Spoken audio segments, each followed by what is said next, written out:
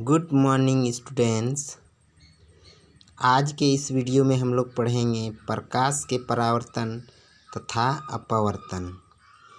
तो चलिए स्टार्ट करते हैं। सबसे पहले प्रकाश के बारे में हमें जानना है। तो क्या है प्रकाश या प्रकाश किरण, एक ही बात है। तो उसका परिभाषा सबसे पहले जानेंगे। क्या है आखिर प्रकाश क्या है? प्रकाश एक प्रकार की ऊर्जा है। प्रकाश क्या है? एक प्रकार की ऊर्जा है जो विद्युत चुंबकीय तरंगों के रूप में संचारित होती है। यह क्या होता है? विद्युत चुंबकीय तरंगों के रूप में चलती है, जिसे विकिरण कहते हैं।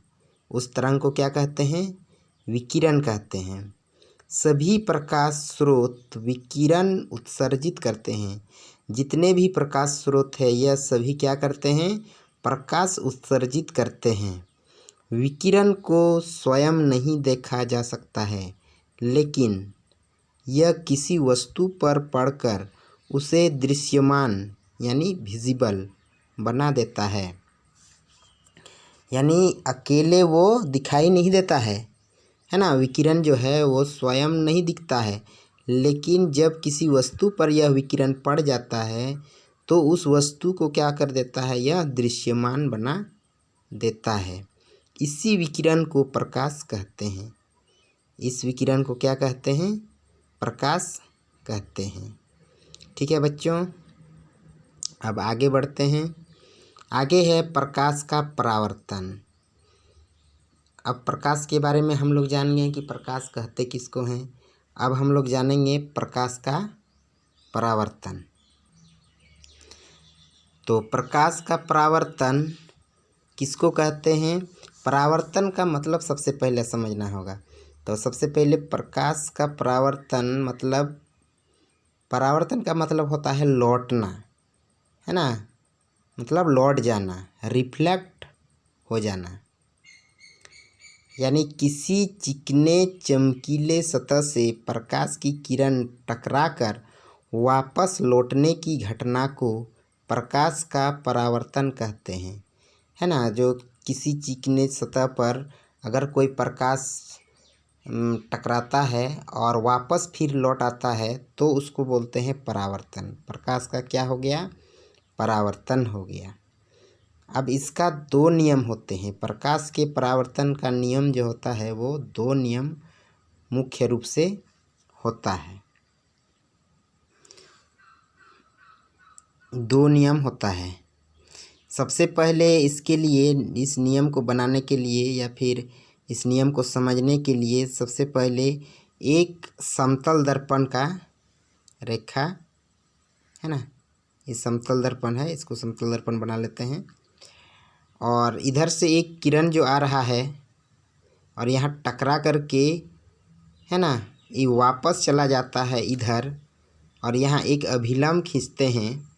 अभिलंब खींचा जाए तो बोलता है कि आपतन कोण परावर्तन कोण के बराबर होता है। जो आने वाला किरण और अभिलंब के बीच जो कोण बनता है उसको आपतन कोण कहा जाता है। और परावर्तित किरण मतलब लौट गया जो किरण और अभिलंब के बीच जो कोण बनता है उसको परावर्तन कोण कहते हैं। और किसी बिंदु पर आकर टकराता है उस दर्पण पर, तो उस बिंदु को आपतन बिंदु कहा जाता है। उस बिंदु को क्या कहा जाता है? आपतन बिंदु कहा जाता है। ये आपतन बिंदु से प्रकाश लौट जाता है, यानी इधर पार नहीं होता है ना। इधर तो एक साइड पोता हुआ होता है दर्पण में, और इंग्लिश में इसको कहते हैं, है ना, एंगल ऑफ इंसिडेंस, और इसको कहते हैं एंगल ऑफ रिफ्लेक्शन। और इस समतल सतह पर जो किरण इधर से आया उस किरण को आपतित किरण से जाना जाता है, और जो यहाँ टकरा करके वापस गया उसको परावर्तित किरण के नाम से जानते हैं। और इसके बीच में एक अभिलंब अगर खींचा जाए तो बोलता है आई इंटू आर होता है, यानी आपतन कोण परावर्तन कोण के बराबर होता है। तो चलिए नियम को देखते हैं, क्या है इसका नियम। पहला नियम बोलता है आपतन कोण परावर्तन कोण के बराबर होता है, यानी ये वाला कोण आई कोण आर के बराबर होता है। ये पहला नियम है, यानी आपतन कोण परावर्तन कोण के बराबर होता है।